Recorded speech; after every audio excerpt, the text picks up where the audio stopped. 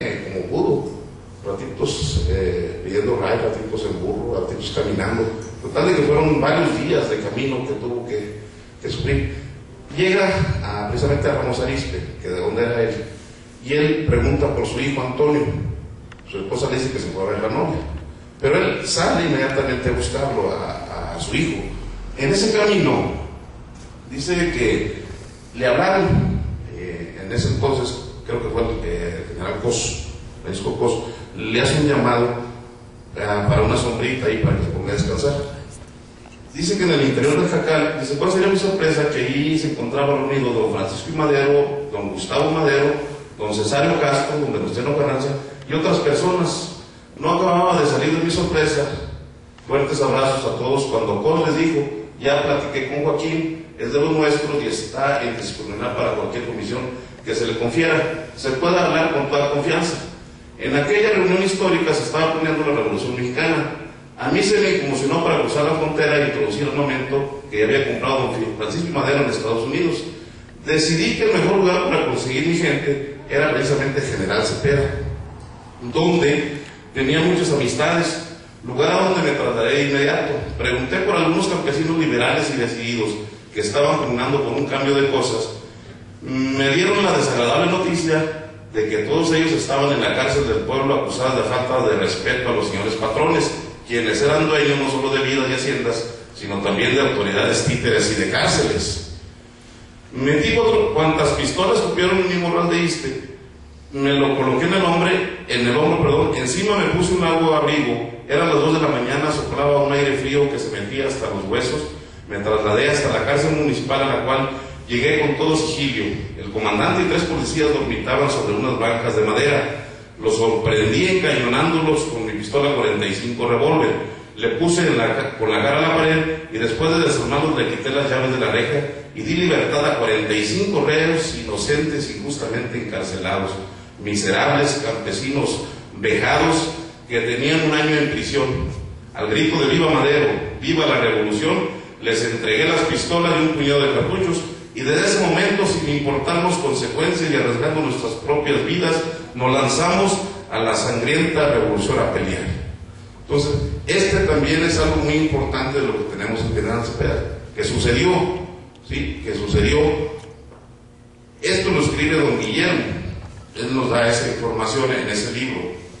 Y platicando por ahí, también hay algo muy importante. El capitán Juan Monsiváis, yo alcancé a conocerlo todavía. Él, les digo, nació en Arigua también, ahí se dio de alta. Yo soy del amigo de Mogote, precisamente. Está emparentado con mi mamá, de los Ramírez. Entonces, él cuando estaba ya grande de edad, nos platicaba mucho acerca de lo que era la revolución, de cómo lo trataban en la revolución. Él fue capitán segundo de caballería y también regresó a General Cepeda. Vamos a darle adelante vamos a darle, esa es también nada más una parte de lo que, ok. Entonces aquí el doctor Rodríguez se reunía con mucha frecuencia con don Ildefonso Pérez, que tenía grandes ideales revolucionarios y luchó al lado de la causa. Otro levantado también fue don Cesario Aguirre. Vamos a regresar. Don Cesario Aguirre León, José Dolores Varillas, don Francisco Aguirre Escobar, un gran intelectual que después fue constituyente del 17, que tomó participación muy activa en los debates de la Cámara de Diputados, pero por eso mucha gente lo recuerda con cariño. Después de la toma de Torreón, cuando Villa derriba el ejército federal, el día siguiente supimos que venían varios trenes llenos de soldados federales totalmente derrotados y con la moral baja. Juntamos 800 hombres y en Estación Marte, que es el municipio de General Cepeda, ahí nos dicen que le pusieron piedras, atravesadas en el tren, y ahí nos bajamos, y aunque nosotros no llevamos armas a ellos, les quitamos las que traían, les cortamos la retirada y los hicimos prisioneros.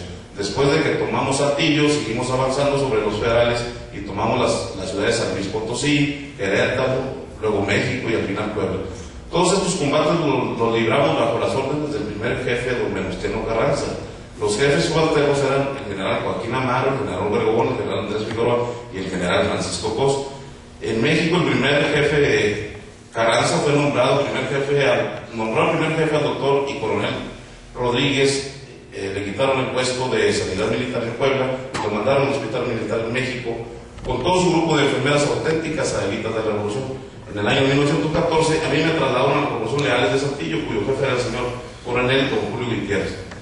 Ahí le dice don Juan Monsiváis, aquí en esta imagen, el único que no tiene sombrero, está sentado a uno de ellos, él es mi papá, él es el profesor Rogelio Marines, compadre de don Juan Monsiváis. Por ahí tienen todavía su escuadra en la cintura. Entonces ellos se reunían frecuentemente a jugar dominó y platicaban acerca de los acontecimientos que se daban en la revolución. Tiene muchas anécdotas también este señor. Él llegó a tener hasta 4 esposas. ¿Sí? 4 esposas. Tiene muchos hijos, y los hijos se ven como hermanos, como si tuvieran la misma madre, porque él los educó de esa manera. Era duro el señor, y él hacía respetar sus órdenes. Y yo recuerdo todavía la primera señora de doña María, que era una señora buenísima, la señora, soportaba todo lo que hicieron Juan Monsiváis. Todavía ahorita en la actualidad está viviendo en General Cepeda una hija de él. Esa hija de él, que se llama Paulita Monsiváis, ella también salió de General Cepeda, se fue y realizó sus estudios, se jubiló y regresa nuevamente a General Cepeda. Pero ella también me habla acerca de ese club, de ese grupo que existían en General Cepeda, de los hijos de los revolucionarios. Tiene mucha plática acerca de la revolución, porque su papá, don Juan, les estuvo platicando mucho acerca de lo que hacían en los diferentes lugares. Ellos dicen que a veces pasaban un día, 2 días sin comer agua, por andar huyendo de los federales. Entonces él respetaba mucho a don Venustiano Carranza, porque era fiel a la causa, y siempre que tenía oportunidad mencionaba a don Francisco Madero, don Panchito Madero, le decían de cariño a ellos, al varón de Cuatro Ciénegas. Entonces es algo muy bonito que, digo, yo fui recopilando, no sé si a veces no nos aburro, pero bueno, es algo muy bonito. Veamos.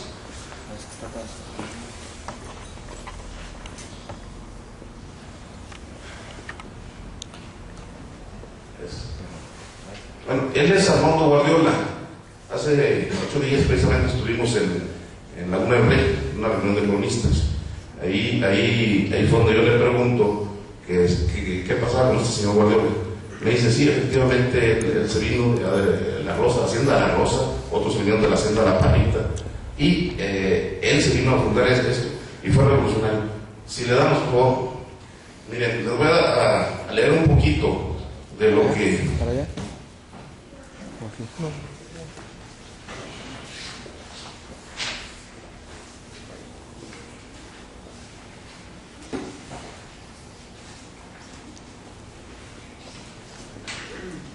Dice, él inicia sus primeras batallas con 17 años. En el año de 1913, en San Buenaventura, Barroterán, San José de Aura, en Coahuila, Monterrey, Ciudad Victoria y Tampico, Tamaulipas. Sus familiares caídos en combate fueron su hermano Felipe Guardiola en la batalla de Ciudad Victoria, Tamaulipas. Él participó en las batallas anteriormente mencionadas y fue herido en el pecho.